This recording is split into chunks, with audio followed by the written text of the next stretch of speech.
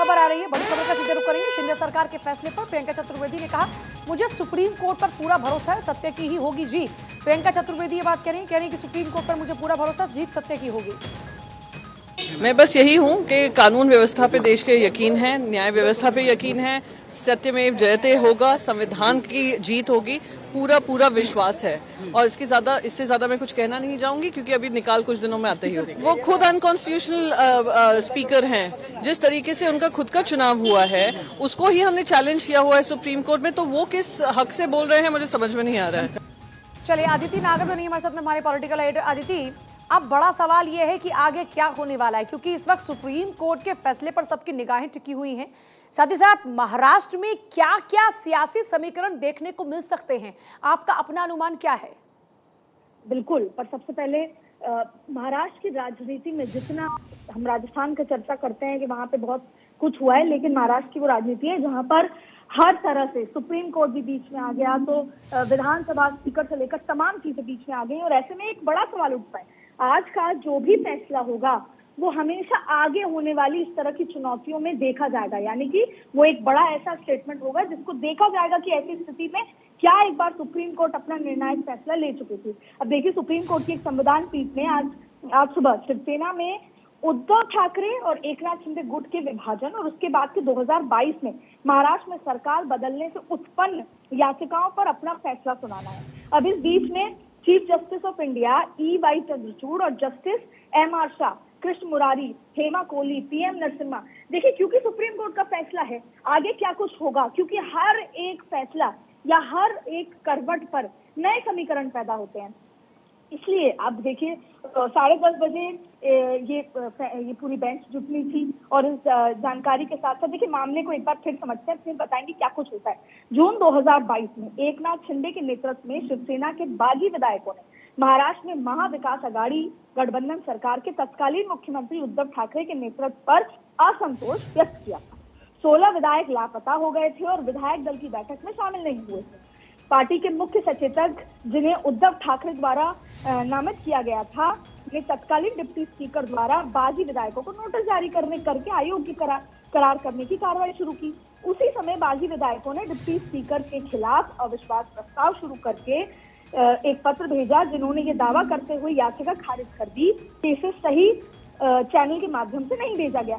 अब देखिए, विद्रोही ने तब अयोग्य की कार्रवाई, जो थे तमाम विद्रोही, अयोग्य कार्रवाई के खिलाफ सुप्रीम कोर्ट का दरवाजा खटखटाया। वो मौका था अब जहां 3 जजों की पीठ ने विद्रोहियों को नोटिस का जवाब देने के लिए समय दिया। इस बीच शिंदे खेमे के विधायकों ने महाराष्ट्र छोड़ दिए और उसी दौरान जीवन और संपत्ति को गंभीर खतरा बताकर राज्यपाल से संपर्क किया।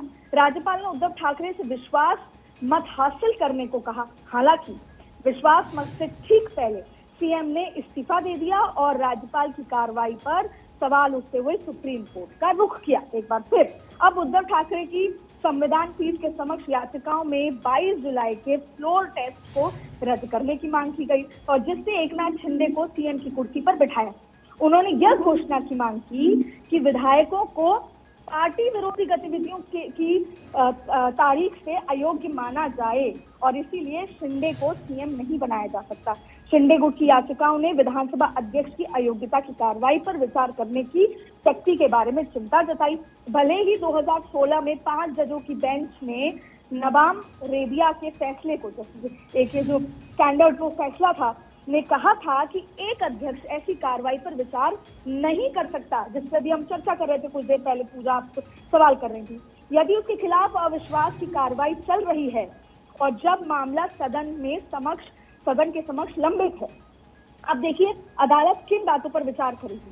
देखिए, इस मामले में संवैधानिक व्याख्या या संवैधानिक की अनुसूची 10 के तहत दल बदल विरोधी कानून, राज्यपाल की शक्तियां, अध्यक्ष की शक्तियां, चुनाव आयोग की भूमिका और खुद सुप्रीम कोर्ट के निर्देश जैसे जटिल प्रश्न शामिल हैं। अदालत के सामने एक प्रमुख मुद्दा ये भी है कि क्या उसे नबाम रेबिया 2016 के फैसले पर फिर से विचार करना या स्पष्ट करने की आवश्यकता है।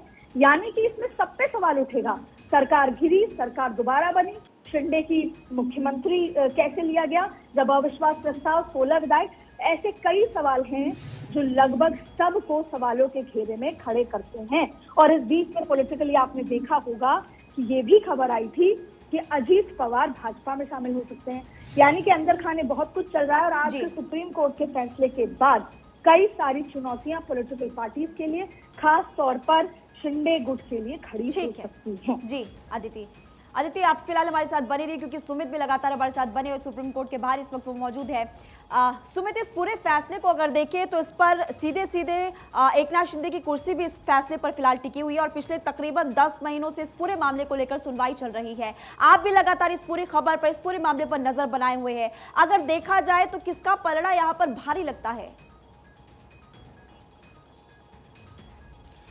देखिए, यहाँ सीधे तौर पर शिंदे गुट को तो इसका फायदा मिला था, क्योंकि अभी अदिति जिस फैसले का जिक्र कर रही थी 2016 का अरुणाचल प्रदेश का जो फैसला है नबम रेबिया, फिलहाल इस फैसले की फाइंडिंग सुप्रीम कोर्ट की 5 जजों की संविधान पीठ नहीं कर सकती है। हो सकता है कि इसको आगे जो है 9 जजों की बेंच को भेजा जाए, क्योंकि फिलहाल जो 2016 का फैसला है वो 5 जजों की बेंच का था और आज का जो फैसला है वो 5 जजों की बेंच का है। क्योंकि इसी जो 2016 का जो नबाम रेबिया का जो फैसला है उसी का फायदा शिंदे गुट को तब मिला था जब उन्होंने जून महीने में सबसे पहले सुप्रीम कोर्ट का रुख किया था और उन्होंने ये कहा था कि नबाम रेबिया में फैसले में सीधे तौर पर सुप्रीम कोर्ट ने कहा था कि किसी डिप्टी स्पीकर के पास अयोग्य प्रस्ताव, उनके खिलाफ अगर अयोग्य प्रस्ताव पेंडिंग है तो वो विधायकों के खिलाफ अयोग्यता पर फैसला नहीं ले सकता है। और इसी का फायदा शिंदे गुट के 16 विधायकों को मिला था जब सुप्रीम कोर्ट ने जो नोटिस था डिप्टी स्पीकर, उस नोटिस की कार्रवाई पर स्टे दे दिया था और फ्लोर टेस्ट का बाद में ऑर्डर किया था। तो यहां से जो है वो इस मामले की एक तरह से हम कह सकते हैं कि इस विवाद की शुरुआत होती है। उसके बाद यहां उद्धव गुट भी सुप्रीम कोर्ट पहुंचता है और उद्धव गुट का सुप्रीम कोर्ट में यह कहना होता है कि जिस तरह से बागी विधायकों ने बगावत के जो सुर अख्तियार किए थे उसके बाद धोखे से सरकार यहां बनाई है, वो सरकार ही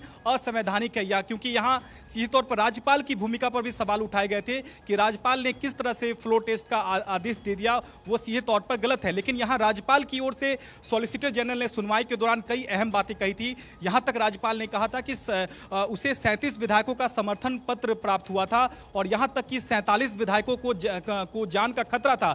इस लिहाज से विधायकों की सुरक्षा में यह फैसला लिया गया था कि फ्लोर टेस्ट हो। और ऐसे में संवैधानिक जो कर्तव्य है राज्यपाल का वो ये है कि अगर विधायक का जो समर्थन है वो शिंदे गुट के साथ है तो वो फ्लोर टेस्ट का आदेश दे सकता है। तो ये कहीं ना कहीं राज्यपाल की अपनी एक तरह से सुप्रीम कोर्ट में पक्ष था। लेकिन इस पर सुप्रीम कोर्ट ने सवाल भी खड़ा किया था कि अगर दो गुट के बीच में अगर विवाद होता है तो इसका मतलब ये नहीं है कि आप फ्लोर टेस्ट का आदेश दे दे। आपको कैसे पता था कि इस तरह की जो बातें हैं वो सामने आने वाली हैं? आपको किस तरह से पता था कि क्या विधायकों को जान का खतरा है? उससे पहले ही आपने फ्लोर टेस्ट का ऑर्डर कर दिया। तो ऐसे कई बातें जो हैं वो सुनवाई के दौरान सुप्रीम कोर्ट में उठी थी। लेकिन सुप्रीम कोर्ट को कई बातों पर अपनी फाइंडिंग आज देनी है। पहला ये कि क्या 16 बागी विधायकों को जो डिप्टी स्पीकर ने नोटिस जो जारी किया था, क्या उसकी जो फाइंडिंग है नबम रेबिया का जो फैसला है क्या वो आगे संविधान पीठ को भेजा जाए, यानी कि 5 जजों से अधिक बेंच को भेजा जाए? इस पर भी सुप्रीम कोर्ट अपनी जो फाइंडिंग है वो दे सकता है। दूसरा ये कि क्या जिस तरह से यहाँ दोबारा सरकार को बहाल करने की मांग की जा रही है, यानी कि पुरानी जो स्थिति है, जो उद्धव गुट सीएम थे, क्या उन्हें दोबारा रीस्टेट किया जा सकता है? क्योंकि इस पर सुप्रीम कोर्ट का अहम ऑब्जर्वेशन सुनवाई के दौरान आया था और ये सुप्रीम कोर्ट ने कहा था कि क्या सुप्रीम कोर्ट ने ये कहा था कि क्या जिस मुख्यमंत्री ने फ्लोर टेस्ट से पहले ही इस्तीफा दे दिया, क्या उस व्यक्ति के लिए दोबारा सीएम बनाना संभव है? ये एक तरह से सुप्रीम कोर्ट ने सवाल किया था। और यहाँ शिंदे गुट का सुप्रीम कोर्ट में अहम बातें सामने आई थी। शिंदे गुट की ओर से कहा गया था कि असली शिवसेना जो है वो शिंदे है, क्योंकि यहाँ चुनाव आयोग ने भी उन्हें मान्यता दे दी है असली शिवसेना की। तो ऐसे में अब बागी का सवाल ही नहीं रह जाता है। तो कई अहम बातें यहाँ शिवसेना और उद्धव गुट की ओर से कही गई थी, क्योंकि दोनों की याचिका सुप्रीम कोर्ट में है जिस पर सुप्रीम कोर्ट को अपना फैसला देना है। तो ऐसे में बीच का रास्ता सुप्रीम कोर्ट मिला जुला फैसला इस मामले में दे सकता है। और नबम रेबिया का जो फैसला है, क्या उसकी पुनर्विचार, यानी कि उसको पुनर्विचार के लिए बड़ी बेंच में, यानी कि 5 जजों से अधिक बेंच में भेजा जाए या नहीं, इस पर भी सुप्रीम कोर्ट अपनी फाइंडिंग दे सकता है। तो अब से थोड़ी देर का वक्त है जब सुप्रीम कोर्ट इस पूरे मामले पर अपना फैसला सुनाएगा और एक अहम नजीर जो है वो अब सुप्रीम कोर्ट अपने फैसले के जरिए पेश कर सकता है। बिल्कुल, आपके पास वापस लौटते हैं। लगातार आशीष तिवारी बने हमारे साथ में। आशीष, क्योंकि सभी की निगाहें इस वक्त एकनाथ शिंदे, उनकी पार्टी पर टिकी हुई है और उनकी पार्टी का भविष्य आज सुप्रीम कोर्ट के फैसले पर जरूर टिका हुआ है। अब बड़ी बात यह है कि वहां पर जो नेता इस वक्त मौजूद है, क्योंकि आप उसके कार्यालय पर मौजूद हैं, किस तरीके के रिएक्शंस उनके आ रहे हैं, उनकी क्या एक्सपेक्टेशंस हैं और वो क्या मानकर चल रहे हैं? क्योंकि डर तो लग रहा होगा, ये तो 200% तय है। देखिए, जितने भी नेता हैं शिंदे गुट के, चाहे वो दीपक केसरकर की बात करें, अब्दुल सत्तार जिनके खुद के विधायकी पे अयोग्य घोषित होने पर आज फैसला आने वाला है, या संजय शिरसाट, वो सब लोग अभी आशान्वित हैं। ये कह रहे हैं कि उनके पक्ष में फैसला आएगा। जहाँ तक कि उनके विपक्ष के गुट की बात करें, संजय राउत ने सुबह सुबह ही बोला है कि उनको सुप्रीम कोर्ट पर पूरी तरीके से भरोसा है और न्याय मिलेगा। आपको बता दें कि लगातार जिस तरह से जिरह चली थी संवैधानिक पीठ के सामने, उसमें उद्धव ठाकरे के जो वकील थे, चाहे वो अभिषेक मनु सिंघवी हों या कपिल सिब्बल, उन्होंने कहा था कि अयोग्य घोषित कर देना चाहिए, असंवैधानिक सरकार है। लेकिन वहीं पर जब सॉलिसिटर जनरल ने ये कहा, जो तुषार गांधी थे, कि राज्यपाल को ये अधिकार है और उनको जो 34 के आसपास विधायक थे, उन्होंने ये पत्र दिया था कि उनको उनके नेता एकनाथ शिंदे हैं। यहाँ तक कि 47 विधायकों की चिट्ठी भी आई थी जिन्हें ये लिखते हुए देखा गया था कि उनके जान माल को खतरा है। और इन्हीं सब चीज़ों को लेकर अभी आज सुप्रीम कोर्ट फैसला सुना सकता है। लेकिन जो नेता हैं वो अपने अपने पक्ष की बात कर रहे हैं, उसको लेकर आशान्वित हैं। जहां तक जो एक्सपर्ट्स हैं वो ये कह रहे हैं कि मिला जुला फैसला आ सकता है, क्योंकि ऑलरेडी जो फैसला है, चाहे चुनाव आयोग का हो या इसके पहले जो कोर्ट का फैसला है, वो शिंदे गुट के साथ में रहा है, उनके लिए पॉजिटिव रहा है। तो आज का फैसला जो है ये दूरगामी परिणाम ला सकता है, क्योंकि उद्धव ठाकरे गुट के जो वकील थे उन्होंने कहा था ये किस तरह की नज़ीर पेश करेगा, ये देखना इंपॉर्टेंट होगा, क्योंकि आगे चलकर अलग अलग राज्यों में भी इस तरीके के उदाहरण पेश हो सकते हैं। इसके अलावा आपको बता दें कि जिस तरीके से सरकार की गठन हुई है और अगर आज सुप्रीम कोर्ट का फैसला एकनाथ शिंदे गुट के पक्ष में आता है तो ये आगे चल के उनके लिए बहुत बड़ा एक पॉजिटिव पॉइंट होगा, क्योंकि वो लंबी रेस के घोड़े साबित होंगे महाराष्ट्र की राजनीति में। जो एक पारंपरिक वोट बैंक है वो वापस उनकी तरह आने शुरू हो जाएगा। इसके अलावा आगे आने वाले बीएमसी चुनाव, विधानसभा चुनाव पे इसका असर दिखाई देगा। तो आज का जो फैसला है वो महाराष्ट्र की राजनीति में और खासकर केंद्र की राजनीति में भी बहुत इंपॉर्टेंट होगा, क्योंकि 2024 का जो चुनाव है, मध्यावधि चुनाव जो होगा, उस पे भी इसका काफी असर देखने को दिखाई देगा।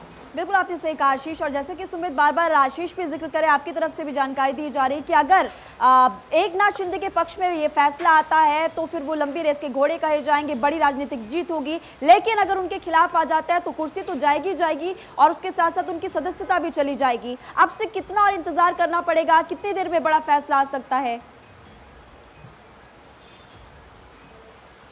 देखिए, अब से करीब 20 मिनट बाद, यानी कि पहला जो है वो सुप्रीम कोर्ट ने 2 जजमेंट को लिस्ट किया है। पहला जो जजमेंट है वो दिल्ली सरकार बनाम एलजी के जो अधिकार क्षेत्र का मसला है उस पर सेम संविधान पीठ जो है सीजीआई की अध्यक्षता वाली 5 जजों की संविधान पीठ फैसला सुनाएगी। उसके तुरंत बाद महाराष्ट्र पॉलिटिकल क्राइसिस मामले पर अपना फैसला सुप्रीम कोर्ट सुनाएगा। सबसे अहम बात है कि 9 दिनों तक ये लंबी सुनवाई चली थी और दोनों पक्षों की ओर से तमाम दलीलें दी गई थी। यहाँ तक कि कहा गया था उद्धव गुट की ओर से कि जो सरकार बनी है वो असंवैधानिक है, क्योंकि अगर सुप्रीम कोर्ट शिंदे सरकार को बहाल रखता है इसी तरीके से तो भविष्य में गलत संदेश जाएगा। ऐसे में सुप्रीम कोर्ट इस मामले में दखल दे और जिस तरह से असंवैधानिक सरकार बनी है उसे असंवैधानिक करार सुप्रीम कोर्ट दे। इस पर सीजीआई का ऑब्जर्वेशन सामने आया था कि सीएम ने तो यहाँ तक कि फ्लोर टेस्ट से पहले ही रिजाइन दे दिया था, तो ऐसे व्यक्ति को दोबारा सीएम कैसे बनाया जा सकता है। ये अहम ऑब्जर्वेशन सुप्रीम कोर्ट के सामने तब आया था जब मामले की सुनवाई खत्म होने वाली थी और सुप्रीम कोर्ट ने अपना फैसला सुरक्षित रख लिया था।